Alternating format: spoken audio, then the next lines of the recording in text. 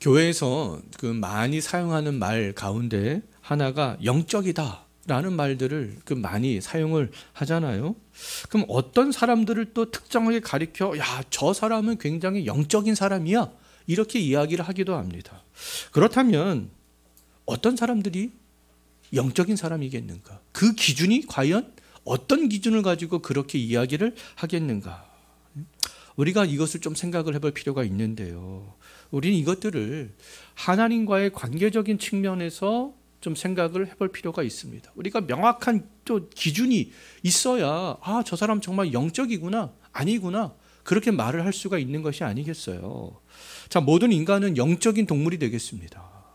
지난번에도 우리가 생각을 해봤지만 하나님의 인간을 만들 때에 영적인 존재로 만드셨잖아요. 신자도 영적인 존재고요. 불신자도 영적인 존재가 되겠습니다.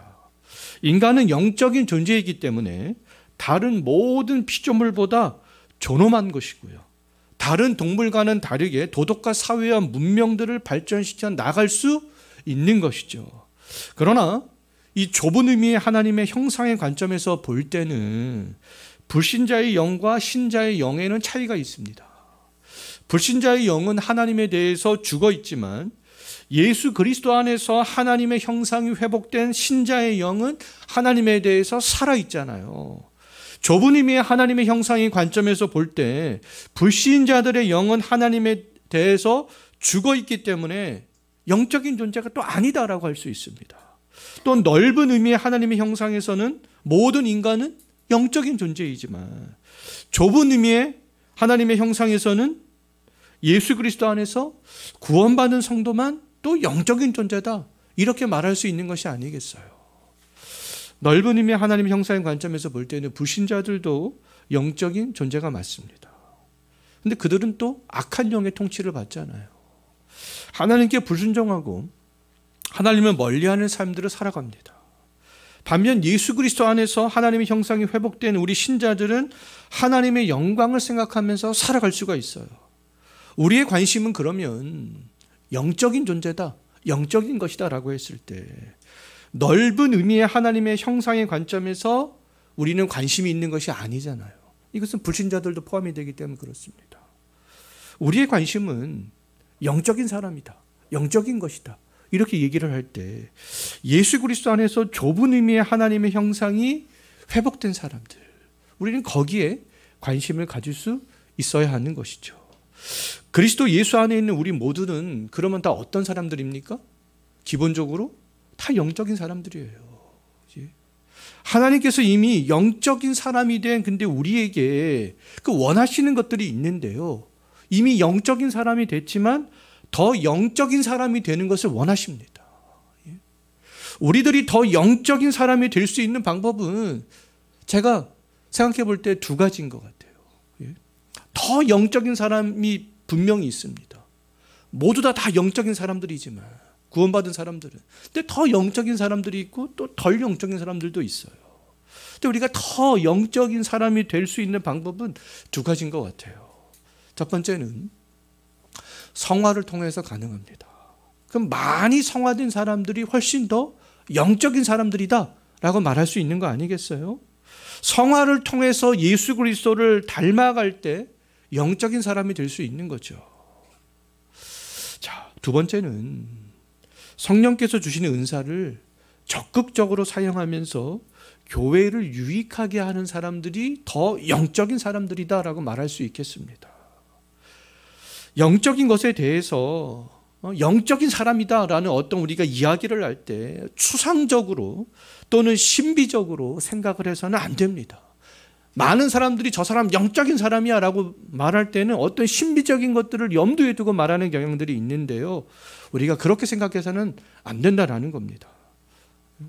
영적인 사람은 어떤 특정한 사람만 될 수 있는 것이 아니잖아요. 여기 있는 우리들도 지금보다 더 영적인 사람, 신령한 사람이 되어야 되고요. 또 그렇게 될 수 있습니다. 영적인 사람이 될 수 있는 방법은 명확하고 구체적인 거잖아요. 성화되어져 갈 때 우리는 더 영적인 사람이 될 수 있습니다.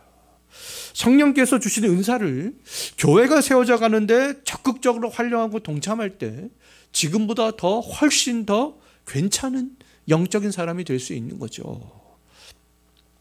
사랑을 토대로 은사를 사용하고 예언을 하는 것이죠. 다시 한번 말씀을 드리지만 영적인 사람은 성화된 사람들, 은사를 활용하여서 교회를 세워가는 사람들이 되겠습니다. 우리가 저 사람 영적인데 그럼 우리가 무엇을 염두에 두고 이야기를 할 수 있어야 되겠습니까? 야, 저 사람은 정말 예수 그리스도를 정말 많이 닮아가는구나. 야, 저 사람은 성령께서 주신 은사를 교회를 위해서 저렇게 사용하는구나. 우리가 그것들을 염두에 두면서 야, 저 사람은 영적인 사람이구나 라고 우리가 생각하고 말할 수 있어야 되는 것이 아니겠어요. 하나님은 보다 더 영적인 사람들을 통해서 일하시는 분이 되겠습니다. 보다 더 영적인 사람들을 통해서 변화를 이루어 가시는 그런 분이잖아요.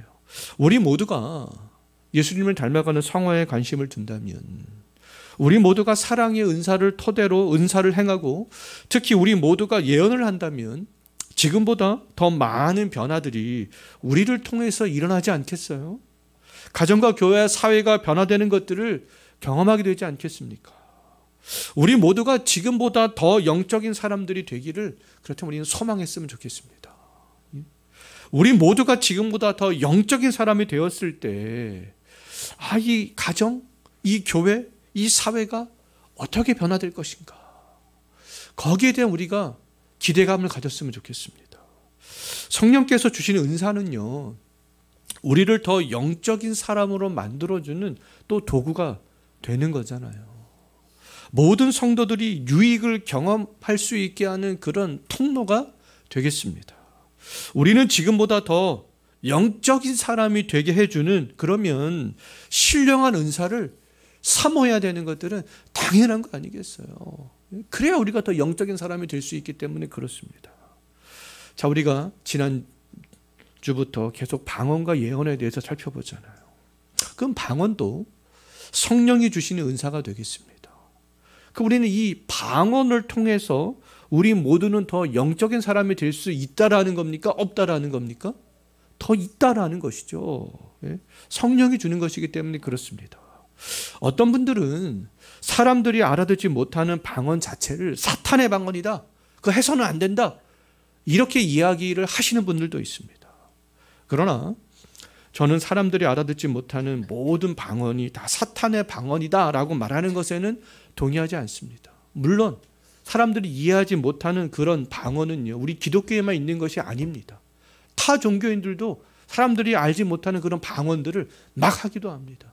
그럼 이런 방언 중에는 사탄의 방언이 있는 것도 분명한 사실임에는 틀림이 없죠. 그런데 모든 기독교인들이 하는 이 알아들을 수 없는 방언들이 전부 다 사탄의 방언이다, 이렇게 말하는 것에 저는 동의하지는 않습니다. 물론 방언을 통해서 하나님의 계시가 임한다라는 것에는 지난주에도 말씀을 드렸지만 이런 말에는 동의하지 않습니다. 오늘날의 방언은요, 절대로 하나님의 뜻을 드러내는 계시의 통로의 역할을 할 수 없습니다. 완성된 계시는 성경이 있기 때문에 그런데요. 그럼에도 하나님만 알아들을 수 있는 방언은 나를 유익하게 하는 은사임에는 틀림이 없습니다. 방언은 삶이 힘들고 지쳐 내 영이 하나님께 어떻게 기도해야 할지 알지 못할 때 하나님께 기도할 수 있는 그런 힘들을 공급해줘요. 방언으로 하면 할 수 있습니다. 방언을 통해서 하나님과의 교제가 깊어지고 풍성해질 수 있어요. 왜요? 나를 유익하게 한다라고 분명히 성경에서 말씀하고 있잖아요. 이러한 면에서 방언은 자기의 덕을 세우는 은사가 되겠습니다. 방언은 자기의 덕을 세우는데 매우 유익한 은사이지만 다른 성도의 덕을 세울 수 없는 그런 한계를 가지고 있는 은사이기도 합니다. 방언은 다른 성도가 이해할 수 없는 소리이기 때문에 그렇습니다. 사도 바울은 고린도 성도들에게 복음을 전하고 가르칠 때 방언처럼 알 수 없는 소리로 하지 않았잖아요. 이해할 수 있는 소리로, 명확한 소리로 그들에게 하나님의 말씀을 증거했습니다. 사도 바울이 고린도 성도들에게 복음을 증거할 때 어떤 소리로 했는가 6절 한번 보십시오. 어떻게 했다라고 지금 사도 바울이 이야기하고 있어요? 사도 바울은 나는 너희들이 이해할 수 없는 방언으로 말하지 않았다.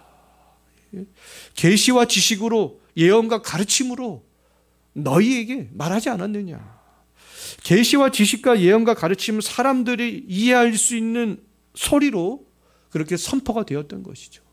너희가 이해할 수 있는 말로 했다. 나는 사람들에게 방언처럼 이해할 수 없는 소리로 전달이 되는 것은요, 소리는 나지만 의미가 있는 소리에 없는 소리라는 거예요. 다른 사람들에게 의미가 없는 소리라는 것이죠. 알아들을 수 없기 때문에 그렇습니다. 사람들에게 의미가 있는 소리는 이해할 수 있는 언어로 표현되는 소리가 되겠습니다. 고린도 성도들이 이 바울을 통해서 들었던 복음은 사람들이 이해할 수 없는 그런 방언이 아니었던 거죠.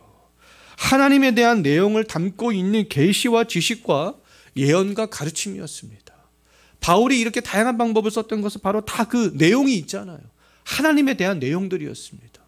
그것들을 사람들이 이해할 수 있는 언어로 그렇게 표현을 했던 거죠. 사도 바울은 두 가지 소리를 다 낼 수 있는 그런 사람이었어요.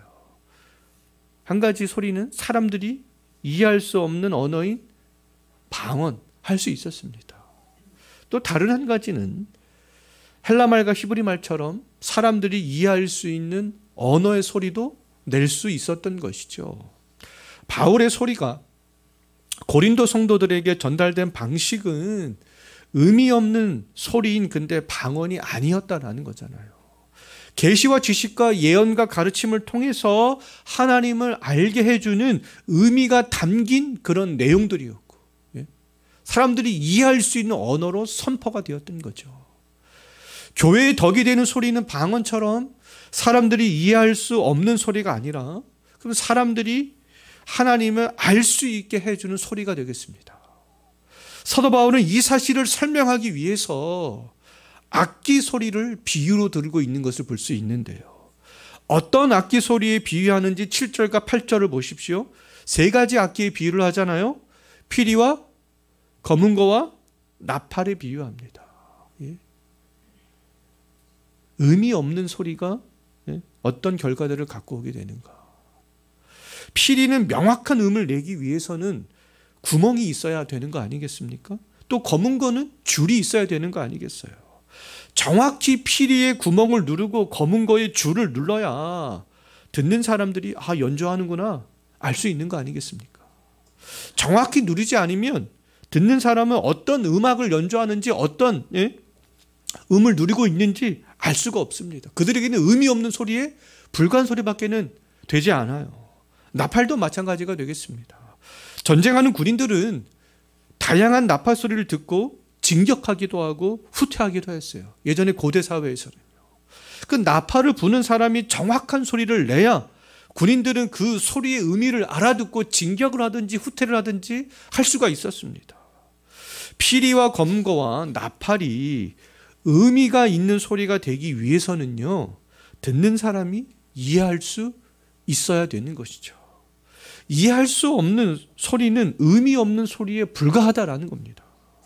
방언은요, 듣는 사람이 알 수 없기 때문에 사람들에게 생명을 심어줄 수 없다. 다른 사람의 영혼을 살릴 수 없는 것이 아니겠어요. 이해할 수 없기 때문에 그렇습니다. 들어도 의미 없는 소리에 불과한 거죠. 방언은 성령께서 주신 은사이지만 다른 사람들이 알아들을 수 없기 때문에 한계성을 가지는 은사가 되겠습니다. 고린도 성도들이 변화되고 오늘날 우리들이 변화된 것은 이해할 수 없는 소리 때문이 아니었잖아요. 이해할 수 없는 그런 방언과 같은 소리 때문이 아니었습니다. 우리는 우리가 이해할 수 있는 명확한 그 소리를 듣고 그리스도인이 되었고요. 교회를 세워가는 일꾼으로 그렇게 믿음이 성장해 올 수 있었습니다. 만약 제가 이 시간에 방언으로 말하면 저에게는 유익이 될 수 있습니다. 자기의 덕을 세운다 이렇게 말씀하고 있잖아요. 하지만 제가 말하는 방언을 듣는 성도님들에게는 아무 유익이 되지 않는 것이죠. 왜요? 이해할 수 없기 때문에 그렇습니다. 제 입에서 나오는 방언은 성도님들에게 의미 없는 소리에 불과하지 않겠어요? 제가 1시간 내내 의미 없는 성도님들 알아들을 수 없는 방언으로 설교한다.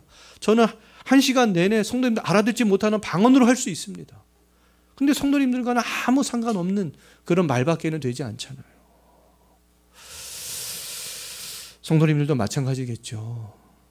성도님들이 방언을 할 수 있다 해도 다른 성도가 이해할 수 없다면 방언은 다른 성도들에게 의미 없는 소리에 불과하다라는 거죠. 이해할 수 없음에도 방언을 하는 것은요, 구멍이 모자란 피리를 연주하는 것이고요, 튜닝이 안 된 검은고를 연주하는 것이고요, 어떤 나팔 소리인지를 알지 못한 채 나팔을 부는 것과 똑같습니다. 사람들이 이해할 수 없는 방언은 의미 없는 소리에 불과하는 거죠. 자, 방언의 첫 번째 한계가 다른 사람의 덕을 세울 수 없는 의미 없는 소리였다면, 두 번째 한계에 대해서도 말하고 있는데요, 사람들이 의미 없는 소리를 듣기 때문에 열매를 맺을 수가 없다라는 겁니다. 결론적으로 열매를 맺을 수 없는 이유는 뭐겠습니까? 의미 없는 소리이기 때문에, 이해할 수 없기 때문에 그런 것이죠. 14절 한번 보십시오. 방언으로 기도하면 나의 영은 기도하지만 나의 마음은 뭐 한다고 했습니까? 열매를 맺지 못한다. 방언은 내 안에 있는 영으로 기도하는 것이죠. 그래서 영으로 기도할 수 있습니다. 하나님께, 하나님을 알아들을 수 있기 때문에, 내 영으로 하나님께 기도하는 것이기 때문에 충분히 내 영에는 유익이 될 수 있어요. 그러나 내 마음에는 열매를 맺을 수 없다. 이 의미가 어렵잖아요. 이게 도대체 무슨 말인가? 자, 이 말씀의 의미는요, 우리가 문맥에서 좀 생각을 해볼 필요가 있습니다. 문맥에서. 방언이 영으로 기도하지만 내 마음으로는 열매를 맺을 수 없다. 그 먼저 우리가 생각해야 될 것들이 뭐겠습니까? 영으로 기도하는 것이 마음으로도 열매를 맺을 수 있도록 어떻게 하면 그렇게 할 수 있겠는가? 거기에 대해서 우리가 좀 고민을 먼저 해봐야 되는 것이 아니겠어요? 영으로 기도하고 찬송할 뿐만 아니라, 그렇다면 마음으로도 기도하고 찬송할 수 있는 방법들을 찾아야 되는 것이죠. 그래야 열매를 맺을 수 있는 거 아니겠어요? 영과 마음이 다 기도하고 찬송할 때 열매를 맺을 수 있기 때문에 그렇습니다. 자, 마음이 그럼 열매를 맺는다라는 의미는요, 16절과 17절을 보면 알 수 있는데요, 16절과 17절을 보면 다른 사람이 이해하고 열매를 맺는 것과 관련이 있다라는 것들을 알 수 있습니다. 자, 먼저 16절 한번 보십시오. 방언하는 사람이 영으로만 축복한다. 즉 영으로만 기도하고 찬송한다 라고 하면, 방언의 의미를 알지 못하는 사람들이 그 사람이 기도하고 찬송하는 것을 들었을 때 감사할 수 있겠어요? 감사할 수 없는 것이죠. 아멘으로 화답할 수 있겠습니까? 무슨 말인지도 모르는데 아멘으로 화답할 수 없는 거 아니겠어요? 자, 17절도 한번 보십시오. 방언을 하는 사람은 자기의 영으로 감사할 수 있다. 하지만 방언을 이해하지 못하는 사람에게는 덕이 되지 않는다. 그렇게 말씀하고 있잖아요. 그렇다면 이 방언이 마음에 열매를 맺지 못한다라는 것은 이해하는 것과 관련이 있습니다. 이해하는 것. 방언이 이해가 될 때, 그럼 나도 다른 사람도 열매를 맺을 수 있게 된다라는 거 아니겠어요? 나의 전격을 통하여서 나도 이해할 수 없는 방언을 다른 사람들은 더더욱 이해할 수 없습니다. 방언을 이해하지 못한 사람은 방언을 듣고 감사할 수도, 아멘으로 화답할 수도 없는 거잖아요. 또 권면을 받을 수도, 위로를 받을 수도, 복음의 진리를 깨달을 수도 없습니다. 그럼 나의 방언은 허공을 치는 메아리로서 교회에 그 어떤 유익도 될 수 없는 것이죠. 나도 다른 사람도 이해하지 못하는 방언은 우리의 전인격을 통해서 드러나야 하는 열매를 맺을 수가 없는 것이 아니겠어요. 이해가 안 되기 때문에 그 말씀대로 할 수가 없는 거 아니겠습니까? 나도 다른 사람도 이해하지 못하는 방언은 교회를 세워가는데 어떻게 보면 더 걸림돌이 될 수 있습니다. 이해가 안 되기 때문에, 방향성을 모르기 때문에, 나아가 순종해야 될 그런 말씀이 무엇인지 모르기 때문에, 같이 공감하고 공유할 수 없기 때문에 그렇습니다. 나도 다른 사람도 이해할 수 없는 방언은 그러면 교회의 유익이 되지 않는 것이죠. 내 입에서 나오는 어떤 의미 없는 소리보다, 방언과 같은 의미 없는 소리보다 더 중요한 것은요, 사람들이 이해할 수 있는 말로 하나님에 대한 내용을 담고 있는 그 소리가 되겠습니다. 방언은 이해할 수 없는 소리잖아요. 이해할 수 없는 소리는 열매적인 어떠한 그 측면에서 나에게도 다른 사람에게도 유익이 되지 않는구나 라는 것들을 우리가 기억을 해야 되는 것이죠. 방언은 성령께서 주시는 은사이지만 이거는 좀 한계를 가진 은사구나 라는 것들을 우리가 좀 생각을 해야 되는 것입니다. 방언은 분명히 성령이 주시는 근데 영적 은사잖아요. 그럼 예수 그리스도 안에서 하나님의 형상이 회복된 우리는 이 영적인 은사를 사모해야 되는 거 아니겠습니까? 분명히 12절에서도 신령한 것을 사모하라 이렇게 말씀하고 있잖아요. 그러니까 우리가 방언도 사모해야 될 은사이면 틀림이 없습니다. 자기에게 덕을 주기 때문에, 유익을 주기 때문에. 그럼 우리가 영적인 은사가 풍성해지기를 간구해야 되는 것이죠. 성령께서 주시는 은사가 내 안에 풍성해지면 풍성해질수록 교회에는 덕이 될 수 있습니다. 어떤 은사를 내가 행해든지 간에 상관없이요. 교회의 유익이 되기 위해서 성령께서 주시는 다양한 은사들을 우리는 사모해야 되는 것이죠. 다른 사람을 그리스도의 사람으로 또 세울 수 있기 때문에 그렇습니다. 그런데 우리는 지금까지 방언이 교회의 덕을 세울 수 없다라는 것을 살펴봤잖아요. 한계성을 가지고 있다. 그럼 방언이 교회의 덕을 세울 수 없다면 쓸모없는 은사인가? 그렇게 생각할 수도 있잖아요. 근데 그렇지 않습니다. 좀 전에도 말씀드렸지만 방언도 신령한 은사예요. 성령이 주시는 은사가 되겠습니다. 나를 유익하게 할 수 있는 은사가 되는 것이죠. 그럼 나의 유익을 위해서 무엇이 필요해요? 방언도 필요하다라는 거 아니겠어요? 더 나아가 이 방언이 교회의 유익이 되기 위해서는요, 그러면 이 방언이 한계를 갖고 있잖아요. 근데 이 방언이 교회의 유익이 되기 위해서는 그 방언의 한계를 극복해야 되는 거 아니겠습니까? 예? 그럴 때 교회의 유익이 될 수 있기 때문에 그랬어요. 예? 그럼 방언의 한계를 극복할 수 있는 방법은요, 뭐밖에 없어요? 사람들이 이해할 수 있는 말로 그 방언이 표현이 될 때, 예? 그 방언을 말하는 사람의 말을 사람들이 이해가 될 때, 그때야 비로소 방언의 한계성을 벗어나게 되는 거 아니겠습니까? 자, 방언의 한계를 극복하기 위해서 그러면 어떻게 하라고 했는가? 13절 한번 보십시오. 어떻게 하라고 했습니까? 방언이 통역되기를 기도하라. 예? 방언이 통역이 될 때 방언의 한계성을 극복할 수 있기 때문에 그렇습니다. 근데 저는 방언하는 사람들은 많이 봤지만 방언을 통역하는 사람들은 아직까지 보지 못했습니다. 주변에 있다라는 소리도 듣지 못했어요. 자, 근데 뭐 그 분이 방역을 통역하는 은사를 받았다 할지라도 그 분이 통역하는 것이 뭐 이거는 다음 주에 우리가 또 살펴보도록 하겠습니다. 자, 방언이 통역이 될 때는 방언의 한계성을 우리가 극복해 나아갈 수 있어야 되는 것이죠.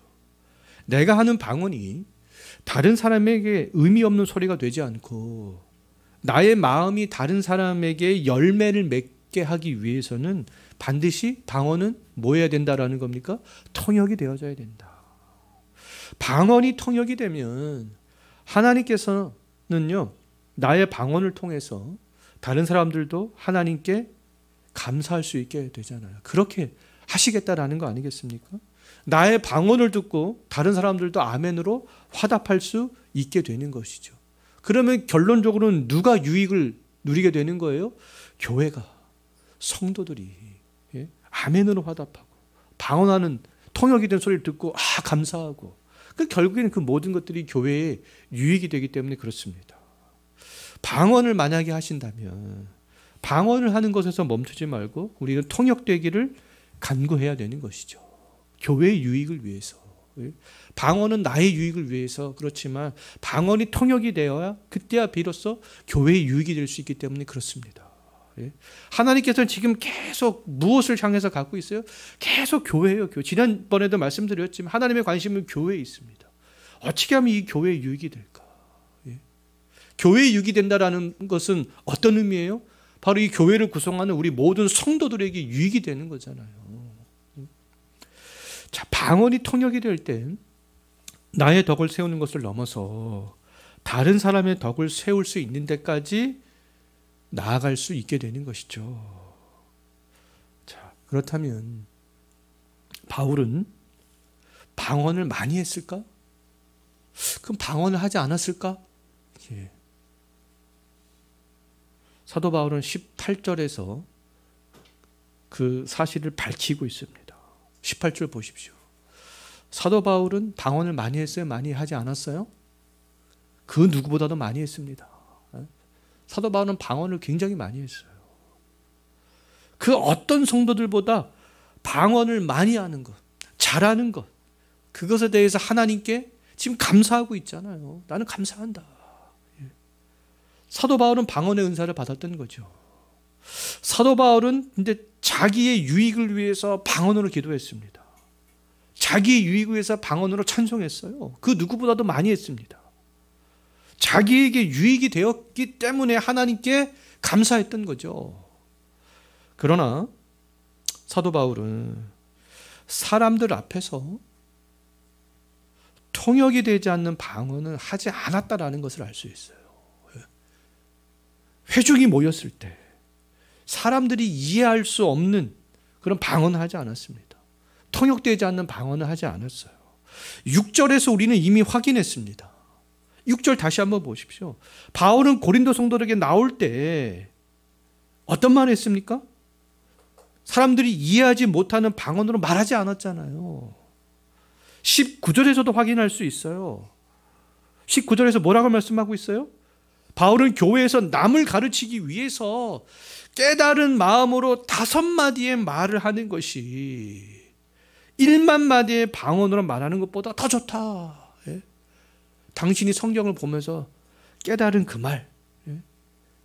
그 말이 비록 적은 말이라 할지라도 그 말을 하는 것이 더 낫다라는 것이 아니겠어요. 그럼 바울이 이와 같은 말을 했다면 바울은 교회에서는요, 사람들이 있는 곳에서는 사람들이 이해하지 못하는 방언을 하지 않았다라는 것을 알 수 있습니다. 이 사실은 다음 주에 우리가 좀 더 생각을 해보도록 하겠습니다. 자, 말씀을 공부하고 묵상하여서 바울이 했던 일은 사람들에게 가르치는 일들, 그 일들을 했던 것이죠. 사람들이 이해할 수 있는 그런 말로 했던 것입니다. 바울이 교회에서 행한 은사는 그러면 방언이 아니라 예언이었던 것이죠. 방언보다 더 크고 중요한 은사가 예언이잖아요. 지난주에 살펴봤잖아요. 우리가 교회 안에서 내야 할 소리들, 교회에서 들어야 할 소리들은 그럼 이해할 수 없는 방언이 아니라 이해할 수 있는 언어로 선포되고 가르치는 그런 말들이 되겠습니다. 무분별하게 집단적으로 모여서 이해할 수 없는 방언을 하는 것은요, 성경의 가르침이 아니다라는 것을 알 수 있어요. 근데 과거 많은 교회들이 무분별하게 막 집단으로 모여서 이해할 수 없는 방언들을 막 하는 교회들이 상당히 많았잖아요. 근데 요즘에는 잘 모르겠습니다. 코로나 이전에는 상당히 많았어요. 근데 그런 것은 성경의 가르침이 아니다라는 것을 우리는 분명히 이 고린도 전서를 통하여서 확인할 수 있는 거 아니겠습니까? 성경은 절대로 무분별하게 사람들이 모여서 알 수 없는 말을 막 왕왕왕왕 해라 이렇게 말씀하고 있지 않아요. 성경의 가르침은 내가 방언을 한다 할지라도 교회에서, 즉 성도들 앞에서 사도 바울처럼 방언으로 말하지 않는 겁니다. 사람들이 이해할 수 있는 말로 하는 것이죠. 교회에서는 사람들이 이해할 수 있는 말을 해야 되는 거예요. 사도 바울은 사람들이 이해할 수 있도록 계시와 지식과 예언과 가르침으로 했지만 우리는 완성된 계신 성경 계시를 말하는 것이죠. 그 성경 계시를 말하는 것이 예언이잖아요. 우리 모두가 교회에서 해야 되는 말들은 의미를 알 수 없는 1만 마디의 방언이 아니라는 거예요. 남을 가르치기 위해서 깨달은 마음으로 5마디의 말을 하는 것이죠. 사람들이 이해할 수 있도록. 이해할 수 없는 방언은 교회에 결단코 유익이 될 수 없습니다. 다른 사람에게 방언은요, 의미 없는 소리에 불과해요. 통역이 되지 않는 방언은요. 나도 다른 사람들도 열매를 맺게 할 수 없는 소리에 불과합니다.